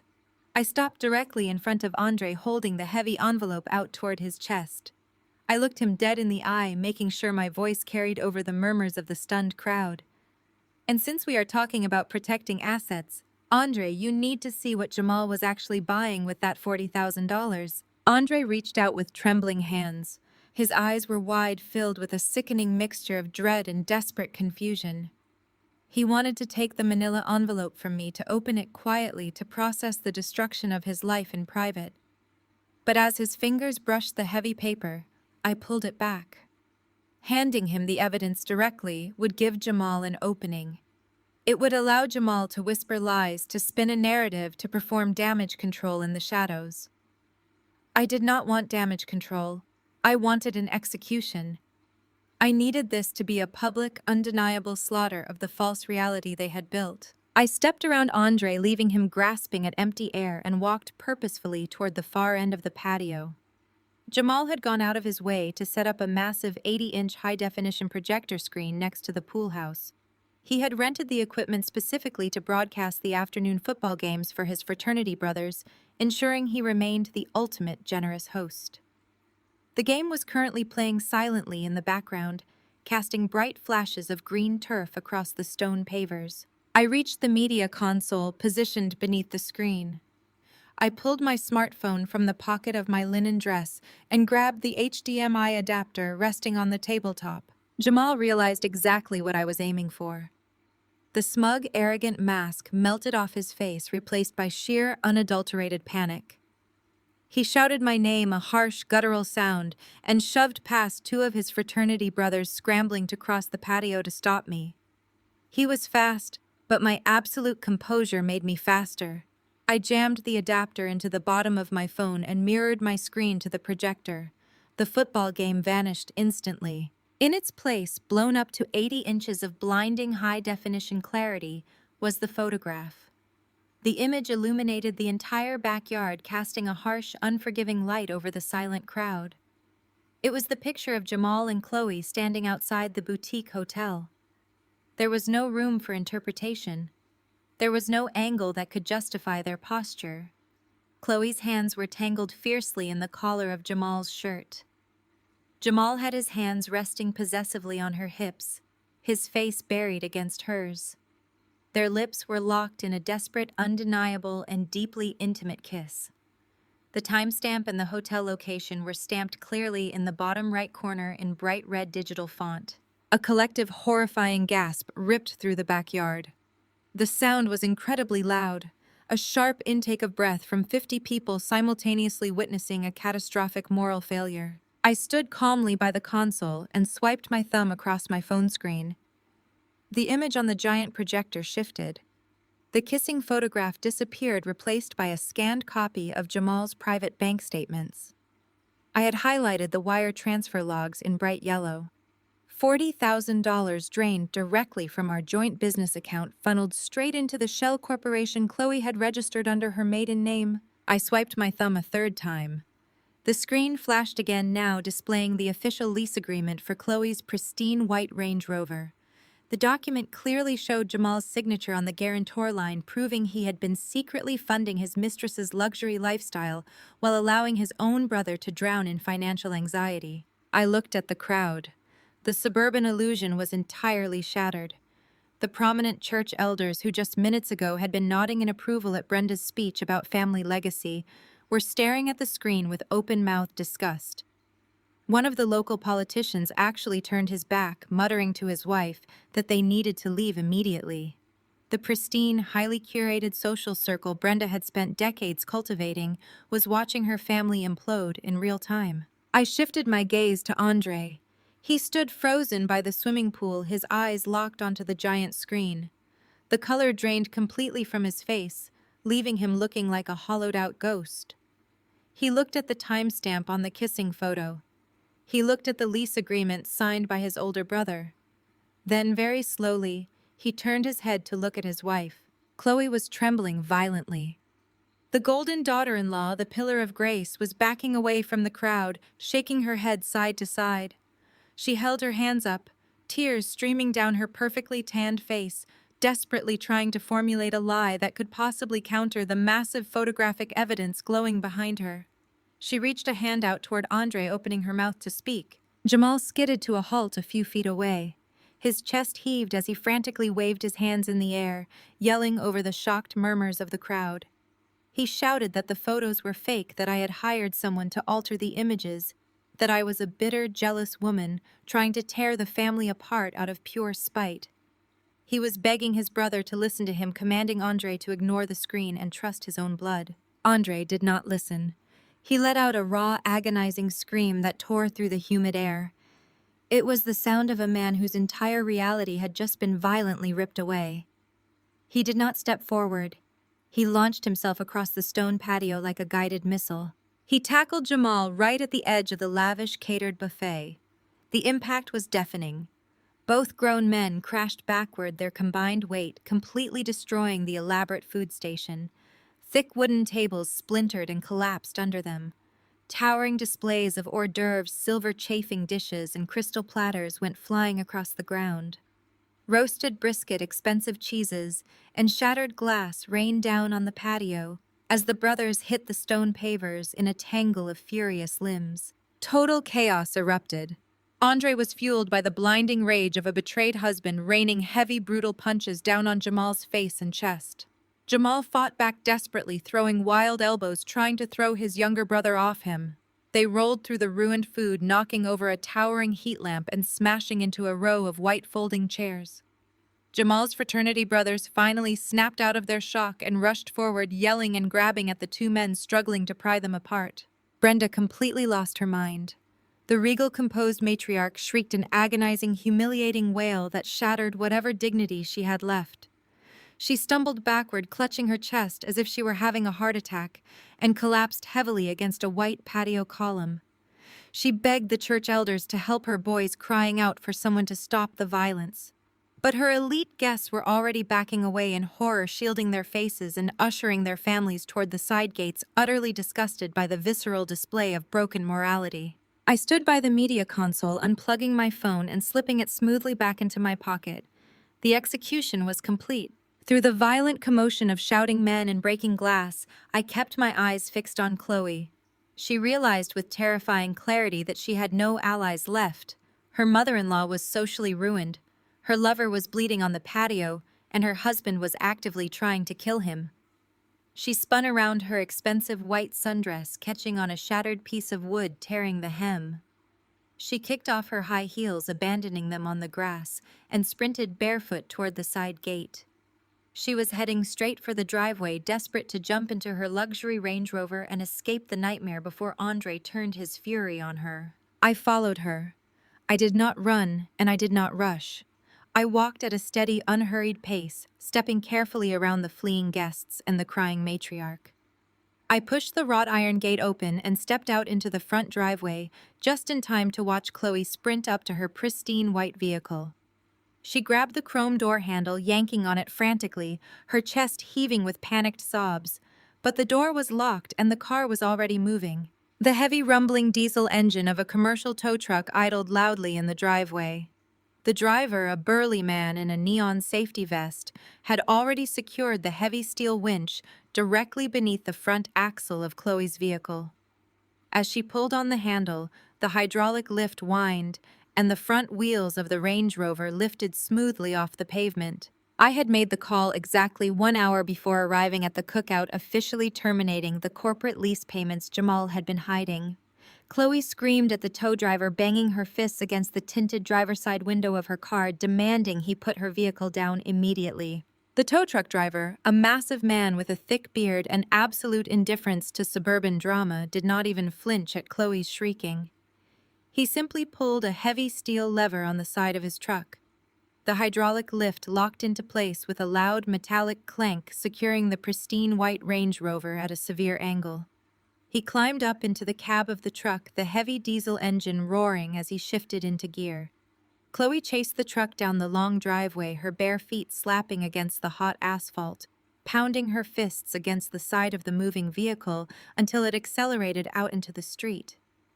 She stopped at the edge of the pavement, watching her ultimate symbol of fake wealth disappear around the corner. Chloe collapsed onto the edge of the manicured lawn. The perfect white sundress she had worn to project pure generational elegance was stained with dirt, grass, and grease from the driveway. She dropped her face into her hands and wailed a harsh, ugly sound that completely stripped away her carefully cultivated persona. The mask of the refined, old-money socialite was entirely gone. In her place sat a broke, desperate fraud, whose meal ticket had just been legally repossessed in front of her entire social circle. The wealthy neighbors who had been invited to the cookout were now standing on the edges of the property, watching the elite daughter-in-law throw a literal tantrum on the grass. Andre walked slowly down the driveway. His knuckles were bruised, the skin broken and bleeding from his violent fight with Jamal. His chest heaved with every breath, but his eyes were entirely dead. They were completely devoid of the blind, trusting devotion he had carried for his wife just an hour ago. Chloe looked up at him through her tears, her face streaked with black mascara. She reached out a trembling hand, slipping instinctively back into her practiced victim routine. She begged him to listen to her, crying out that Jamal had manipulated her, claiming she was confused and drowning in overwhelming debt. Andre stood over her, his broad shadow falling across her ruined dress. He did not yell. The quiet, absolute finality in his voice was infinitely more devastating than any screaming match could have been. He looked down at her with pure disgust and called her a parasite. He explicitly detailed how he had spent the last 3 years destroying his own mental health, taking on crushing corporate stress, to provide her with a lifestyle she felt entitled to, only to find out she was draining his own brother to maintain a fake image. He pointed a shaking finger at the empty space on the pavement where her least luxury SUV had been parked. He announced, making sure his voice carried to the remaining spectators, that he was filing for divorce the second the downtown courthouse opened on Monday morning. He told her that every single joint credit card was already frozen, her access to his bank accounts was permanently revoked, and she was entirely cut off from his income. He instructed her to call an Uber pack, whatever clothes she could carry, and get out of his house by nightfall. Chloe gasped loudly, clutching her chest, as if she had been physically struck. She tried to grab his ankle, but Andre stepped back in revulsion, turned around and walked away without looking back. I watched the brutal, absolute dissolution of their marriage with complete detachment. Then I heard the heavy slapping footsteps of Brenda marching toward me across the grass. Brenda was a complete disaster. Her flowing floral caftan was splattered with dark barbecue sauce and red wine from the destroyed buffet tables. Her perfectly coiffed hair was falling out of its expensive pins, and her face was flushed with a toxic mixture of severe humiliation and explosive unhinged rage. She stopped 3 feet away from me, pointing a violently shaking finger directly at my face. She was crying heavy tears of pure frustration leaking from her eyes, furious that her kingdom had been overthrown. She screamed at me, her voice cracking under the strain, demanding that I get off her property immediately. She claimed I was a vindictive, horrible woman who came here specifically to ruin her family out of pure jealousy. She threatened to call the police to have me arrested for trespassing, insisting that I had absolutely no right to stand on her driveway and cause this level of public destruction. I stood my ground.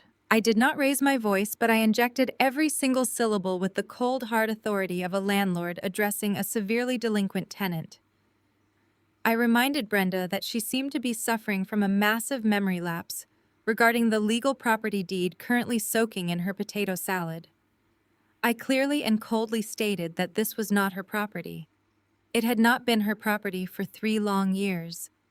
I told her that she was nothing more than a tenant who had defaulted on her lease agreement because her golden son decided to steal her rent money to fund his mistress. I took a deliberate step forward, forcing her to look directly into my eyes. I delivered the final ultimatum. I told her she had exactly 30 days to pack up every single antique vase, every piece of polished silver, and every framed portrait of her fake, crumbling dynasty. I informed her that if she was not entirely vacated from the premises by 5 o'clock on the 30th day, I would not hesitate to have the county sheriff physically remove her. I painted a very vivid clinical picture for her, detailing exactly how her beloved possessions would be piled unceremoniously on the public curb for all her wealthy neighbors to inspect. I told her the grand suburban illusion was officially over. She was broke, her legacy was a joke, and she needed to start looking for a very small apartment. Brenda let out a sharp, breathless gasp. Her hand flew to her throat. She stumbled backward, realizing with absolute terrifying certainty that I held all the cards and her reign as the neighborhood queen was permanently finished. She turned and fled back toward the ruins of her backyard, a broken, sobbing mess. I turned my attention to the street. I had planned to walk the 2 blocks to where I originally parked, but before I could take a single step, I heard my name being called. Jamal staggered down the driveway toward me. He looked horrendous. His crisp, expensive polo shirt was torn at the collar and stained with dirt and his own blood. His nose was rapidly swelling, a steady stream of dark red blood leaking over his top lip from the brutal beating Andre had delivered. He held his ribs, limping slightly, looking completely stripped of his arrogant, untouchable superiority. He reached out and grabbed my wrist, his grip weak and trembling. He dropped to his knees right there on the edge of the pavement, in full view of the neighbors who were still watching the spectacle from their front porches. He looked up at me with wide, desperate eyes. He begged for my forgiveness. He told me that the affair with Chloe meant absolutely nothing. He claimed it was just a stupid, meaningless mistake born out of immense financial stress. He pleaded with me not to throw away our marriage, crying real pathetic tears, insisting that he loved me, and that we could fix this if I just gave him one more chance to prove himself. I looked down at the man I had spent years supporting, the man who had effortlessly lied to my face, gaslit my intuition, and spent my hard-earned money to sleep with his brother's wife. I felt absolutely nothing for him. The well of my empathy was completely bone dry. I easily pulled my wrist out of his grasp. I reached into the pocket of my linen dress and pressed the button on my car key fob. The sleek black sedan I had strategically moved from its parking spot 2 blocks away and parked right across the street chirped loudly, the headlights flashing. I walked across the hot asphalt, leaving him kneeling on the concrete driveway. Jamal scrambled to his feet and stumbled after me, still crying, still offering empty, worthless promises. I reached the back of my car and pressed the trunk release. The trunk popped open, revealing exactly what I had spent the morning preparing while he was busy getting ready for his cookout. I reached inside and grabbed the handles of 2 heavy, oversized suitcases. I dragged them out and dropped them onto the grass right at Jamal's feet. They hit the ground with a heavy final thud. I had packed his entire life into those bags. His expensive suits, his watches, his golf shoes, everything he owned was now sitting on the public curb. I looked him straight in the eyes, my expression a mask of pure, unbreakable ice. I told him that his performance was pathetic, His promises were worthless, and his access to my life, my money, and my home was permanently revoked. I instructed him to take his bags and go find his mistress, since they were both suddenly in desperate need of a place to live. I did not wait for his response. I turned my back on him, walked to the driver's side door, and slid into the leather seat. I started the engine, the quiet hum of the motor instantly blocking out the sound of his continued pleading. I put the car in drive and pulled away from the curb. I kept my eyes focused straight ahead on the open road. I did not check the rearview mirror. I did not look back at the shattered remains of his life. I drove away, finally breathing clean air, leaving the wreckage entirely behind me. 31 days later, the silence on the property was absolute. It was a thick, resonant quiet that settled over the manicured lawn and the sweeping brick driveway. I stood alone on the wide wrap-around porch of the historic colonial estate, breathing in the crisp morning air. The heavy oak front door was propped wide open, revealing a cavernous, echoing void. Every piece of antique furniture, every velvet drape, every crystal vase was gone. The grand suburban fortress had been completely hollowed out. I walked slowly through the empty foyer, my heels clicking sharply against the bare hardwood floors. The sound reverberated off the stripped walls. Without Brenda's pretentious decorations, the house looked remarkably ordinary. It was just wood plaster and glass. The illusion of generational wealth had vanished completely, packed into cheap cardboard moving boxes and hauled away in the dead of night to avoid the prying eyes of the neighborhood. Brenda had not waited for the sheriff. The sheer terror of having her belongings dumped on the public curb by law enforcement had finally broken her stubborn pride. She had vacated the premises at midnight on the 29th day.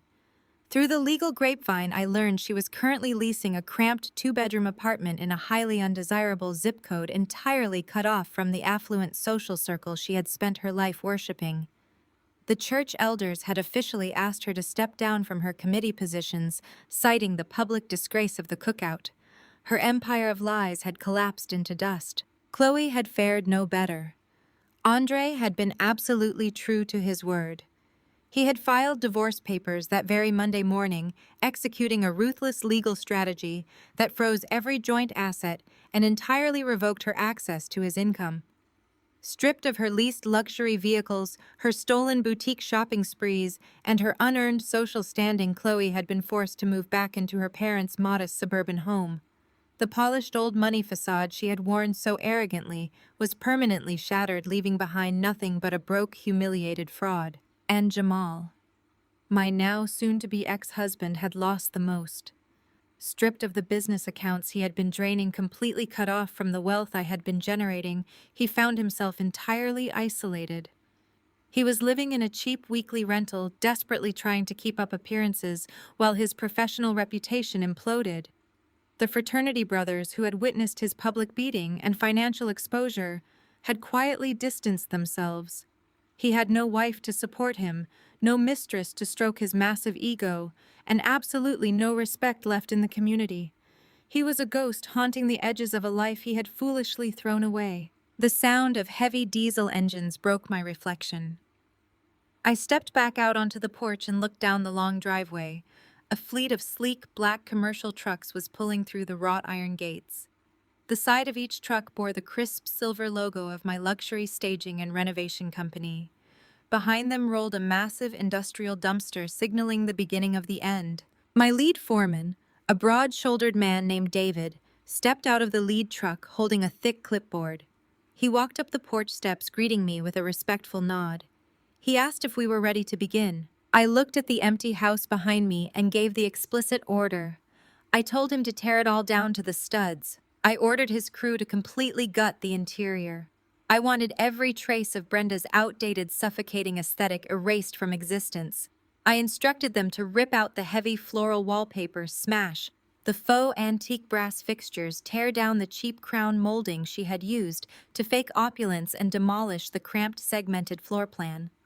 We were going to open up the entire space, bringing in natural light and modern architectural lines. I was not just staging this house. I was executing a masterclass in high-end real estate flipping. During the 31 days it took Brenda to pack her bags, I had not been sitting idle. I had leveraged my industry connections and secured a quiet off-market deal. A prominent commercial developer from out of state was actively looking for a massive historic footprint in this exact neighborhood to convert into an ultra-luxury smart home compound. I had already negotiated the sale price based on the approved renovation blueprints. The profit margin on this single flip was going to yield a massive life-changing return. The very property they had used to mock my career was about to become the crowning financial achievement of my portfolio. The crew moved in with aggressive precision. The sounds of sledgehammers hitting drywall and crowbars ripping up floorboards filled the air. It was a violent, beautiful symphony of destruction. I watched as the gaudy dining room chandelier, the exact fixture Brenda had stood under to deliver her condescending speeches, was unceremoniously detached and dropped straight into the industrial dumpster. The past was being actively demolished, making way for a highly profitable future. I walked down the porch steps and stepped onto the lush green grass. The morning sun was climbing higher, casting a warm, golden light over the property. I took a deep breath, letting the reality of my situation wash over me. I searched my heart for any lingering bitterness, any residual anger over the years of disrespect, the constant belittling, the ultimate betrayal. I found absolutely nothing. The space where the pain used to live was now filled with a cold, solid sense of empowerment. I realized in that quiet moment that my true victory was not the dramatic public exposure at the cookout.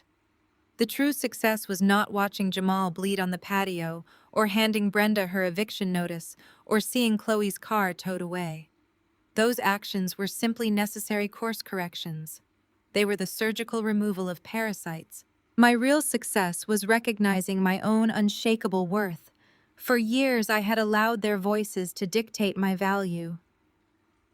I had quietly funded their lavish illusions while they openly mocked my dedication and my intelligence. I had believed on some subconscious level that maintaining the marriage and keeping the peace was my duty. But the second I stepped out of their shadow, the second I stopped seeking validation from people who fundamentally lacked character, I became unstoppable. I did not need their table. I had built my own dining room. I had built the entire house. I stood on the lawn, watching my crew carry out the demolition of Brenda's false legacy. I was a fully autonomous, financially free woman. The millions of dollars waiting for me at the end of this real estate transaction were just a byproduct of my own relentless, unyielding drive. I was entirely self-sufficient. I answered to absolutely no one. The emotional chains that had tethered me to Jamal and his toxic family had been completely severed. I turned and walked back to the front porch for the final time. David was securing a heavy-duty digital smart lock onto the freshly reinforced front door, ensuring the property was entirely locked down under my exclusive control. I typed in my personalized access code, verifying the deadbolt engaged with a heavy, satisfying mechanical click. I turned my back on the estate and walked down the sweeping driveway toward the street. My sleek black sedan was waiting for me at the curb. I did not look back at the house. I did not care about the memories contained within those walls or the people who used to inhabit them. They were simply a closed chapter, a bad investment that I had successfully liquidated. I opened the car door and slid into the crisp leather driver's seat. I pressed the ignition button, feeling the engine roar to life beneath my hands. The dashboard illuminated, displaying my upcoming business appointments and financial alerts. I put the car in drive and pulled away from the curb, merging seamlessly into the morning traffic. I drove forward into my next chapter, leaving the wreckage completely in the rearview mirror, ready to conquer whatever the world had to offer next. The ultimate lesson here is that true empowerment does not come from seeking revenge, but from recognizing your own unshakable self-worth. For years, the protagonist sought validation from a toxic family that only used her. By stepping out of their shadow and securing her own independent success, she realized she never needed a seat at their table. She could build her own. Healing begins the moment you stop accepting disrespect and start prioritizing your peace and autonomy over forced loyalty. Share your story of walking away from toxicity in the comments below and hit subscribe for more empowering journeys.